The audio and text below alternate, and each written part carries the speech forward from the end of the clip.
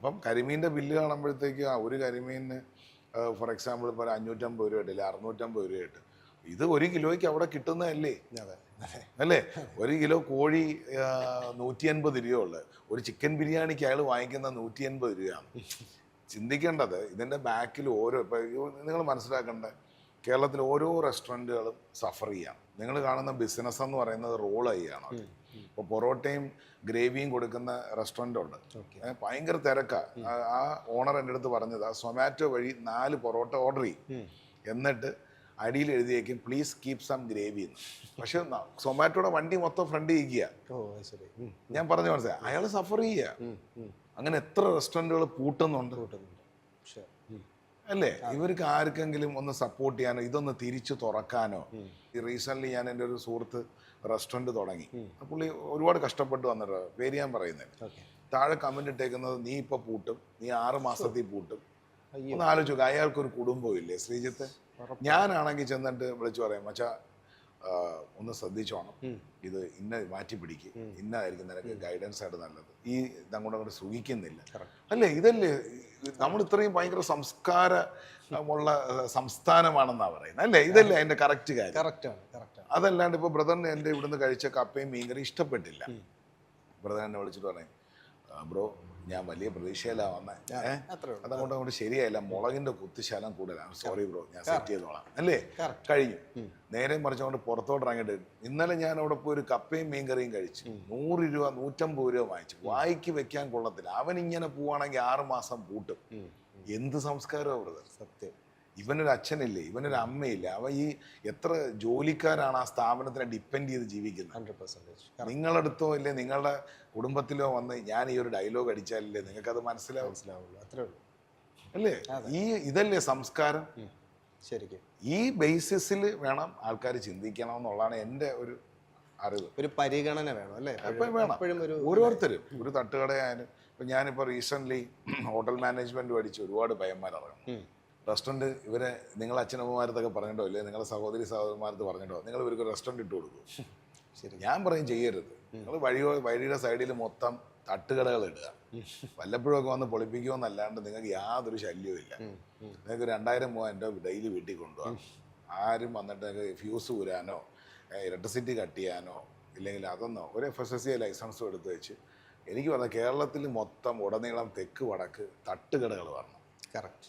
അങ്ങനെ റെസ്റ്റോറൻറ്റുകൾ എന്ന് പറയുന്നത് പാവപ്പെട്ടവന്മാർ 1 കോടി രൂപ 50 ലക്ഷം രൂപ 2 കോടി രൂപ മുടക്കി എൻ്റെ സഹോദരന്മാരെ നിങ്ങൾ തുടങ്ങുന്നുണ്ടെങ്കിൽ നിങ്ങൾ സൂക്ഷിക്കുക. കേരളത്തിൽ അതൊരു വലിയ അപകടമാണ്. കാരണം ഒന്ന്, ഇന്ന് രാത്രി പാചകം ചെയ്യാൻ വരുന്നവനോ പാത്രം കഴുകാൻ വരുന്നവനോ നാളെ കാണുമെന്നുള്ള കാര്യത്തിൽ ഒരു ഉറപ്പുമില്ല. ഞാനിപ്പം ഈ പാചകം ഇച്ചിരി അറിയാവുന്നത് കൊണ്ടാണ് പിടിച്ചു നിൽക്കുന്നത്.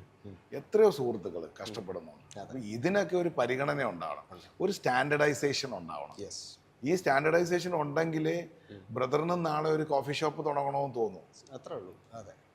ഇതിപ്പോൾ നമുക്ക് പേടിയാണ്. എത്ര സുഹൃത്തുക്കൾ ഇപ്പം എൻ്റെ അടുത്ത് തന്നെ പലരും വന്നിട്ട് ഇൻവെസ്റ്റ് ചെയ്യാം, നമുക്ക് ഇത് തുടങ്ങണം അത് തുടങ്ങാം. ഞാൻ പറയും എൻ്റെ പൊന്നു ബ്രദർ, നമുക്ക് വല്ല കഞ്ഞി കച്ചവടം തുടങ്ങാം, ചെറിയൊരു ടക്ക് ഷോപ്പ് തുടങ്ങാം, ഇല്ലെങ്കിൽ നമുക്ക് വഴി നീളം ഇപ്പം ഫുഡ് കാർട്ടുകൾ നടത്തിട്ട് ഇപ്പോൾ ചായ കച്ചവടം ചെയ്യുന്ന ഫുഡ് കാർട്ടുകൾ തുടങ്ങാം. അത്രയേ ഉള്ളൂ. തൂക്കി വിറ്റാൽ 50,000 രൂപയുടെ ഇൻവെസ്റ്റ്മെന്റ് അല്ലേ? അത്രേ ഉള്ളൂ. സിമ്പിൾ. അപ്പൊ എങ്ങനെയാണ് കേരളം ഡെവലപ്പ് ചെയ്യേണ്ടത്? ടൂറിസം ബേസ് ചെയ്ത് എങ്ങനെയാണ് ഡെവലപ്പ് ചെയ്യേണ്ടത്? കേരള ടൂറിസത്തിനകത്ത് ബേസിക്കലി വരേണ്ടത് കേരളീയൻ കളിനറിയാണ്. Yes or no? കറക്റ്റ് അല്ലേ? എൻ്റെ ചോദ്യം ശ്രീജിത്തിനോട്, കേരളത്തിൽ കേരളീയൻ കളിനറി പഠിപ്പിക്കുന്ന ഒരു ഇൻസ്റ്റിറ്റ്യൂട്ടിന്റെ പേര് പറ. ഒരു ഇൻസ്റ്റിറ്റ്യൂട്ട് ഇപ്പൊ എനിക്ക് തോന്നുന്നു ധൈര്യത്തോടെ പറയാം, ഷെഫ് നളൻസ് അക്കാദമി. അതിപ്പോ ധൈര്യത്തോടെ എന്തൊരു അല്ലെ, ഞാനിപ്പോ അതിനകത്ത് ക്രെഡിറ്റ് ആയിട്ടൊന്നും അല്ല കാണുന്നത്. അല്ല, അതൊരു വലിയ തോട്ടാണ് ശരിക്കും. നമ്മുടെ കൾച്ചറും നമ്മുടെ ഫുഡും എൻജോയ് ചെയ്യാൻ വരുന്ന, എക്സ്പീരിയൻസ് ചെയ്യാൻ വരുന്ന ഒരുപാട് ഫോറിനേഴ്സും ഒക്കെ ഉണ്ടാവും. അവർക്ക് എന്താണ്, അല്ലെങ്കിൽ പോട്ടെ നമ്മുടെ നാട്ടിൽ തന്നെ ഒത്തന്റിക് ആയിട്ടുള്ള എന്ത് ഫുഡാണ് നമുക്ക് കഴിക്കാൻ പറ്റുന്നത്. ഇപ്പൊ വിദേശത്തു നിന്ന് വരുന്ന ആൾക്കാർ, താങ്കളുടെ സുഹൃത്ത് ഇപ്പൊ ജർമ്മനിയിൽ നിന്ന് വരുന്നു, അല്ലെങ്കിൽ താങ്കളുടെ സുഹൃത്ത് ദുബായിൽ നിന്ന് വരുന്നു, ഒരു അറബി ദുബായിൽ നിന്ന് വരുന്നു. ഈ അറബിയും കൊണ്ടുപോയിട്ട് നിങ്ങൾ ഇവിടുത്തെ കുഴിമന്തിയോ അല്ലെങ്കിൽ ഷവായിയോ ഷവർമയോ. എൻ്റെ അടുത്ത ചോദ്യം എന്ന് പറയുന്നത്, ഈ ഹോട്ടലുകളിൽ നിൽക്കുന്ന ഏതെങ്കിലും പാചകക്കാരൻ ബേസിക്കലി നിൽക്കുന്നത് 60 തൊട്ട് 80 തൊട്ട് 90% വരെയും ബംഗാളികളാണ്. കറക്റ്റ്. ശ്രീജിത്തിനെ പോലത്തെ ഒരു വ്യക്തിത്വം കഷ്ടപ്പെട്ട് എഡ്യൂക്കേറ്റ് ചെയ്ത് പഠിച്ച് സമ്പാദിച്ച കാശുമായി ഒരു ബംഗാൾ കിട്ടണ ഷവർമ ചെയ്ത് എന്ന് പറയുന്നിടത്ത് പോയി നിന്ന് കഴിക്കുന്നതിൻ്റെ ഒരു ദുരവസ്ഥയൊന്ന് ചിന്തിച്ചു. എക്സാക്ട്ലി.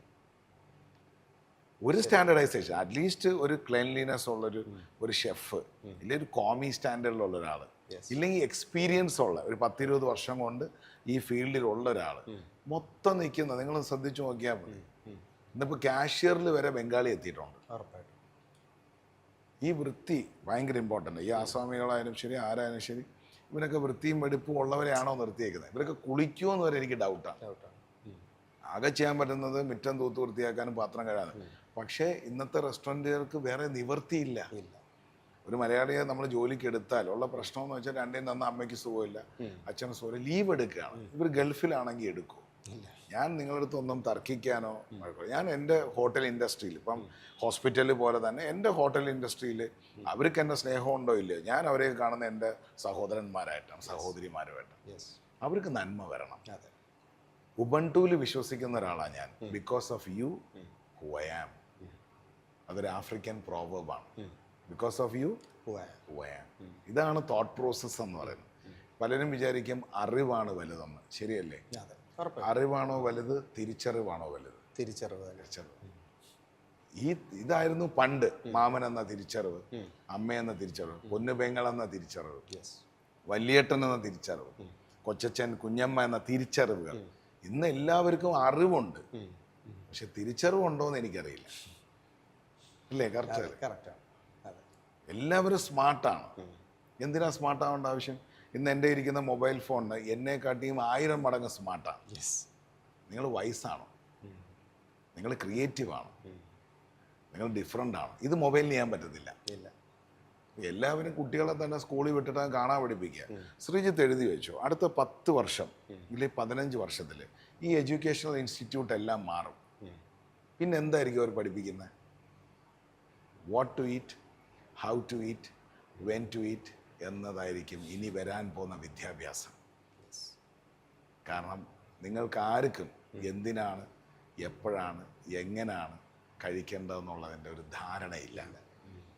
നിങ്ങൾക്ക് ബാക്കിയെല്ലാം മൊബൈലിൽ കിട്ടും. കുട്ടികൾ ഇനിയിപ്പോൾ ഇത് കഴിച്ച്, നിങ്ങളിപ്പോൾ ജോലിക്ക് പോവുകയാണ്, മക്കൾ ഇതെല്ലാം മൊബൈലിലുണ്ടെന്ന് തന്നെ കരുതിക്കോ. ഇത് കഴിക്കണ്ടേ? സ്കൂളുകളിൽ വലിയ വലിയ കിച്ചണുകൾ വരും. അവിടെ എല്ലാം ബ്രേക്ക്ഫാസ്റ്റ്, ലഞ്ച്, ഡിന്നർ എന്ന് പറയുന്നതായിരിക്കും സിലബസ്. താങ്കളെ മക്കളെ കൊണ്ടാക്കുമ്പോൾ രാവിലെ മുട്ടയും പാലും, ഉച്ചയ്ക്കത് മറ്റേത് കുറച്ച്. കാരണം വിദ്യാഭ്യാസം എന്ന് പറയുന്നത് ഇനി മൊബൈലിലായി. അപ്പോൾ താങ്കൾക്ക് ഇപ്പം ഇന്ത്യയുടെ ക്യാപിറ്റലോ ഇല്ലെങ്കിൽ ഇപ്പം അടുത്ത ഓസ്ട്രേലിയയുടെ പ്രൈം മിനിസ്റ്ററോ ഒന്ന് അടിച്ചു കൊടുത്തു കഴിഞ്ഞാൽ അടിക്കുകയും വേണ്ട, please tell me the prime minister of Australia എന്ന് പറഞ്ഞാൽ you will get the answer in a second, right? So end of the day your education will change. From your brain it will move to gut intelligence. Guts. ഒരാളെ പിടിക്കുമ്പോൾ എന്താ പറയുന്നത്? Guts ഉണ്ടെങ്കിൽ തൊറ എന്നല്ലേ പറയുന്നത്? Exactly. അതെന്താ അങ്ങനെ പറയുന്നത്? ചിന്തിച്ചിട്ടുണ്ടോ?